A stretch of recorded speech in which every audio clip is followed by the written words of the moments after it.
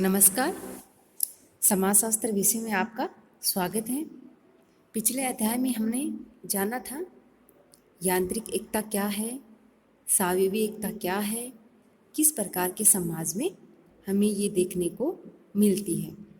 आज हम जानेंगे यांत्रिक एकता व सावयवी एकता में अंतर, दोनों में किस प्रकार के अंतर हमें देखने को मिलते हैं। इमाइल दुर्खिम ने कहा कि जिन समाजों में श्रम के विभाजन का अभाव पाया जाता है उन समाजों में हमें यांत्रिक एकता देखने को मिलती है। श्रम विभाजन की इस कमी के प्रभाव उन समाजों पर देखने को हमें मिलते हैं। उन समाजों के विभिन्न क्षेत्रों पर इस श्रम के विभाजन की कमी का प्रभाव पड़ता है। दुर्खिम के अनुसार जिस प्रकार समाज में श्रम का विभाजन बढ़ता है उसमें वृद्धि होती है और ये एक ऐतिहासिक प्रक्रिया है जो निरंतर चलती है। जब श्रम का विभाजन समाज में अधिक हो जाता है, यानी चरम पर पहुंच जाता है, जैसे जैसे श्रम का विभाजन बढ़ता जाता है तब समाज में सावयवी एकता का विकास होने लगता है और श्रम के विभाजन के प्रभाव समाज के अलग अलग क्षेत्रों में हमें दिखाई पड़ते लगते हैं। दुर्खिम ने कहा कि सामाजिक जीवन का आधार जो है वो सामाजिक एकता है और ये एक नैतिक व परिवर्तनशील सामाजिक तथ्य है। इसे दुर्खिम ने एक सामाजिक तथ्य माना है।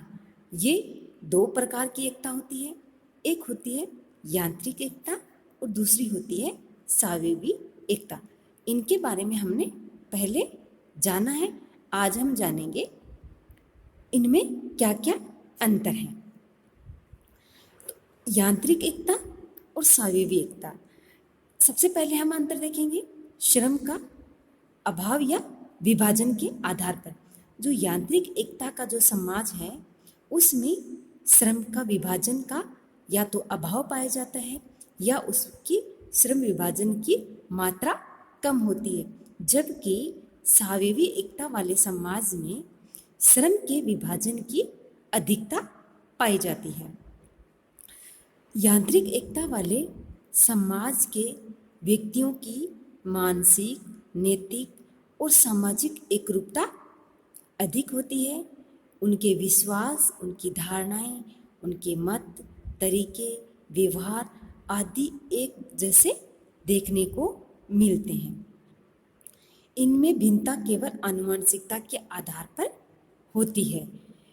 इनमें यांत्रिक एकता वाले समाज में परंपरा का प्रभुत्व पाया जाता है, व्यक्तिगता और व्यक्तिवाद का अभाव पाया जाता है, जबकि सावयवी एकता वाले समाजों में इसके विपरीत स्थिति हमें देखने को मिलती है।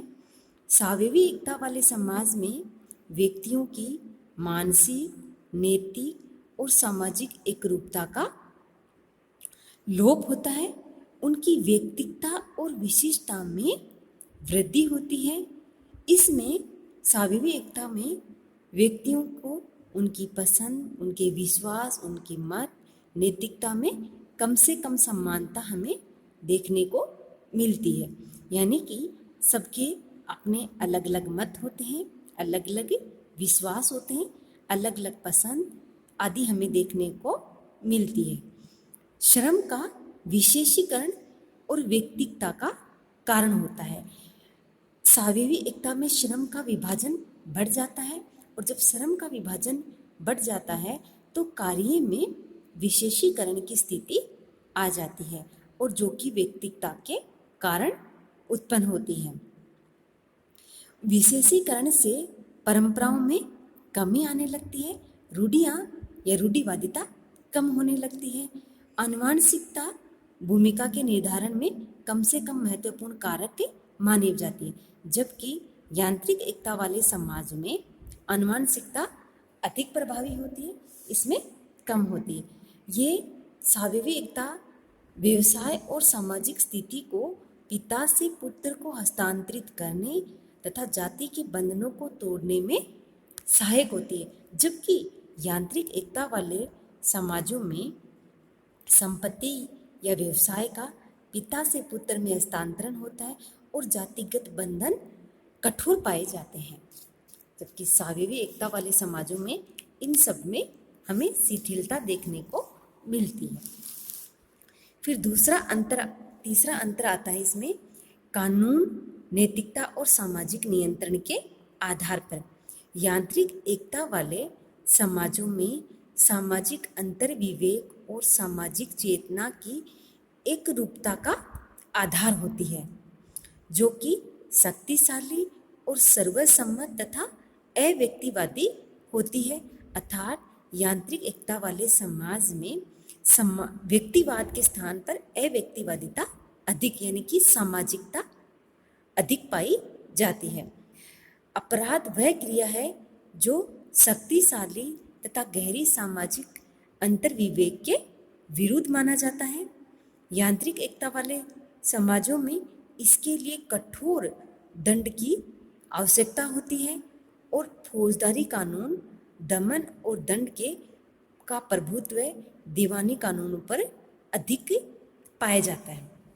अर्थात जो यांत्रिक एकता वाले समाज हैं उनमें कानून कठोर होते हैं और दमनात्मक दंड की व्यवस्था अपनाई जाती है।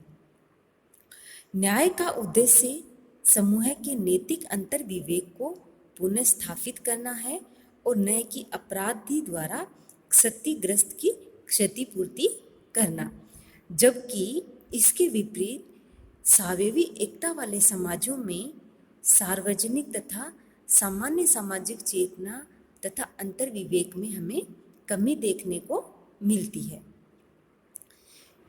स्वाभाविक एकता वाले समाजों में अपराध के विरोध में कमी होना, जिससे सामान्य सामाजिक अंतर्विवेक भी कमी देखने को मिलती है। इसमें आपराधिक क्रियाओं को केवल सदस्यों की हानि समझना है, उनमें धार्मिक लक्षणों की गिरावट, इसके फलस्वरूप कानून में दमनात्मक लक्षणों की दिन प्रतिदिन कमी होना, और अब इसमें संपूर्ण समूह के नैतिक अंतर्विवेक को दंड के द्वारा पुनर्स्थापित करने की आवश्यकता महसूस नहीं होती है।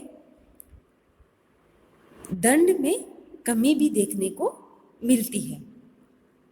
अपराधी केवल क्षतिग्रस्त की हानि की पूर्ति करता है, जबकि यांत्रिक एकता वाले समाजों में अपराधी के द्वारा दंड की क्षतिपूर्ति नहीं की जाती है। उसमें अपराधी को कठोर दंड दिया जाता है। इसके अलावा स्वाभाविक एकता वाले समाजों में सामाजिक नियंत्रण जो है वो न्यून कठोर यानी कि कठोरता उसकी कम होती है, जबकि यांत्रिक एकता वाले समाजों में सामाजिक नियंत्रण की कठोरता अधिक होती है। स्वाभाविक एकता वाले समाजों में सामाजिक नियंत्रण के जो नियम हैं वो शिथिल होते हैं। कुछ सार्वजनिक क्षेत्रों के व्यवहार निश्चित होते हैं व अन्य क्षेत्रों में प्रत्येक व्यक्ति अपनी इच्छा अनुसार व्यवहार करने को स्वतंत्र होता है, जबकि यांत्रिक एकता वाले समाजों में व्यक्ति अपनी इच्छा अनुसार व्यवहार करने को स्वतंत्र नहीं होता, बल्कि व्यक्ति को समाज के नियमों, प्रथाओं और परंपराओं के अनुसार ही यांत्रिक एकता वाले समाजों में व्यवहार करना होता है। यहाँ पर स्वाभाविक एकता वाले समाजों में व्यक्तिक स्वतंत्रता और संविदा कानून में वृद्धि तथा संबंधों का आधार पक्षों में स्वतंत्र संविदा का होना पाया जाता है। धन्यवाद।